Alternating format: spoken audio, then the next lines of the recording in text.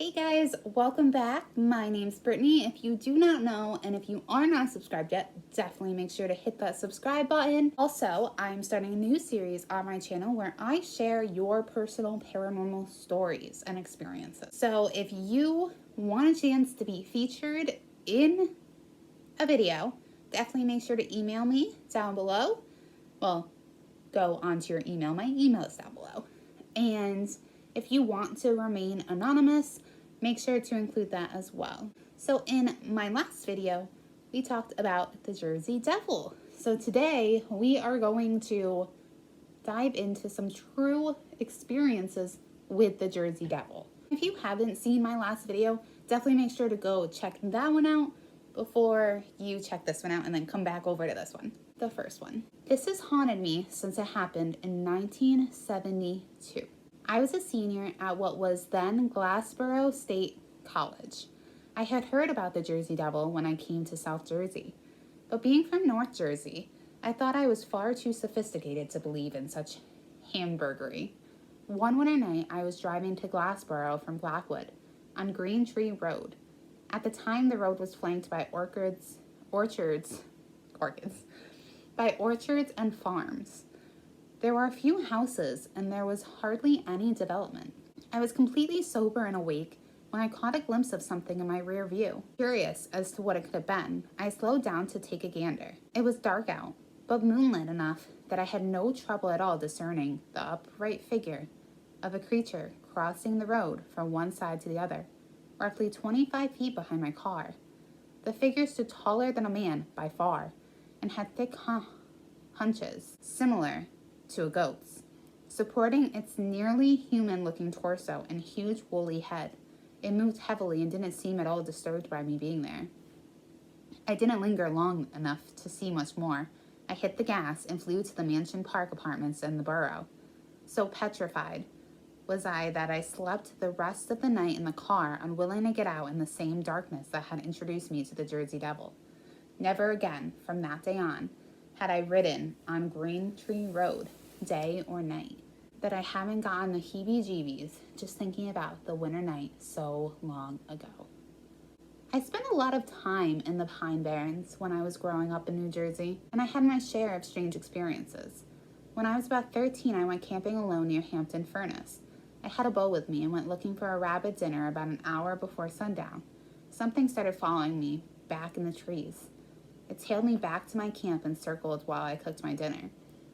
This kept up until about 2 hours after dark, and let me tell you, it was one dark night. I finally decided that my visitor had moved on and crawled into my tent. When I just started to calm down, I heard a foot stomp right down beside the tent. I got all set to jump out when this thing, whatever it was, started screaming. I would compare the volume of the scream to a large truck's horn. I couldn't decide what to do. I had my bow and knife, but they didn't seem like much. After several blasts, it just stopped. I didn't hear a sound except my heart for about an hour. I was sure that if I stuck my head out of that tent, I'd lose it. In the morning, I could find no tracks in the pine needles. To this day, I still don't like sleeping in tents. I'd rather take my chances in the open. As a native in Camp May County, I've had the typical rite of passage trip to the Pine Barrens, the legendary home of the Jersey Devil. This Jersey girl went to Cape May County Technical High School with sponsored trips to the Pine Barrens for good grades in certain classes. I was one of the fortunate students to go 3 times during my 4-year career at CMCT. Each time I went on this trip, my canoe was followed by a heavy-footed thing. With each step, I heard branches snap under its feet. Hooves?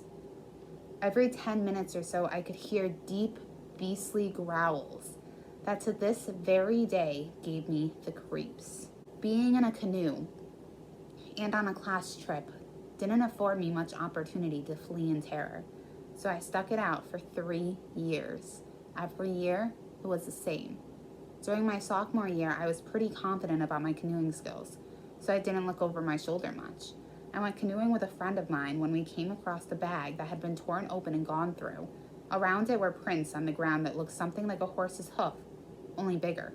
Then I heard it, the cry that still haunts my dreams.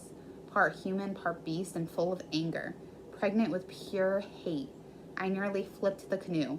We left, leaving whatever it was out there behind, or so I thought. It seemed to follow us. Every time we stopped or paused, it got closer to the river. We pushed on. Then worst came to worst. As we tipped the canoe, I heard the thing running behind us and thought for sure we were dead. Then we righted our canoe and got into it as fast as humanly possible. We finally made it out to safety, sun-fried to a crisp, missing all of our valuables and most of our clothes, but never happier to be on shore. We packed up our bus and left. As we were leaving, I rested my head on the window and saw a little cottage. I looked at it until the bus was about to pass it and saw a woman. She looked back at me, and I could see her skin was torn and bleeding. After the bus passed, she vanished. Scared me so badly I wouldn't go into the woods for a year. Let me tell you of a sighting of the Jersey Devil. I was driving up Route 9 in Bayville at around 10 p.m. There were 2 cars in front of me, and we were traveling about 35 miles per hour. To the right of Route 9 in this mini mall-type building with woods behind it. All woods. All of a sudden, I saw the big thing running across Route 9. It looked like one of the classic pictures of the Jersey Devil. It had no tail, no fur. Its ribs showed, and it had a long, odd head with short ears that laid flat. It looked almost 10 feet tall. I noticed it because the first car stepped on its brakes, as did the second car. When I looked ahead, I saw this thing galloping across Route 9 and straight into the woods. I was not really scared because it did not register yet. I stopped to mail something in the mailbox about 300 feet from the main road, and I saw a child's shirt, shorts, and 1 sneaker lying on the ground. I mailed my letter, ran into my car, and laid rubber all the way home. I was certain that I had seen the Jersey Devil. No one believes me. They say it was a deer. I've never seen a deer that big, that fast, or that weird looking in my life. What is really creepy is that the other people driving in front of me stepped on their brakes, so they must have seen it too. According to the Asbury Park Press of October 1988, a man who lived in Howell Township encountered the devil in 1981. He described the creature as having a furry body, huge feet, with 3 toes on each one, large teeth, and stood about 6 feet tall. Alan McFarland, chief ranger of the Wharton State Forest for over 20 years, relates a story that happened in 1980. He had gone to a farmer's house near Jenkins, where he came upon 4 pigs that were lying dead close to their pen. The back of their heads had been eaten out, and there were scratches all over their bodies. There were no tracks or blood on the ground. The ranger had no explanation of what had happened.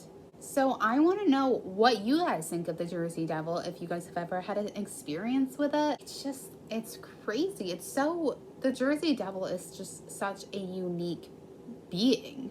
But let me know what you guys think in the comments down below. And if you want a chance to be featured in a video, definitely make sure to share your personal paranormal experiences. And if you'd like to remain anonymous, that's absolutely fine.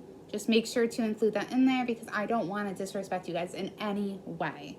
And with that being said, if you liked this video, please give it a big thumbs up. And if you are not subscribed yet, it would literally mean so much to me, you guys, if you could hit that subscribe button. I love you guys so much, and I will see you next time. Bye.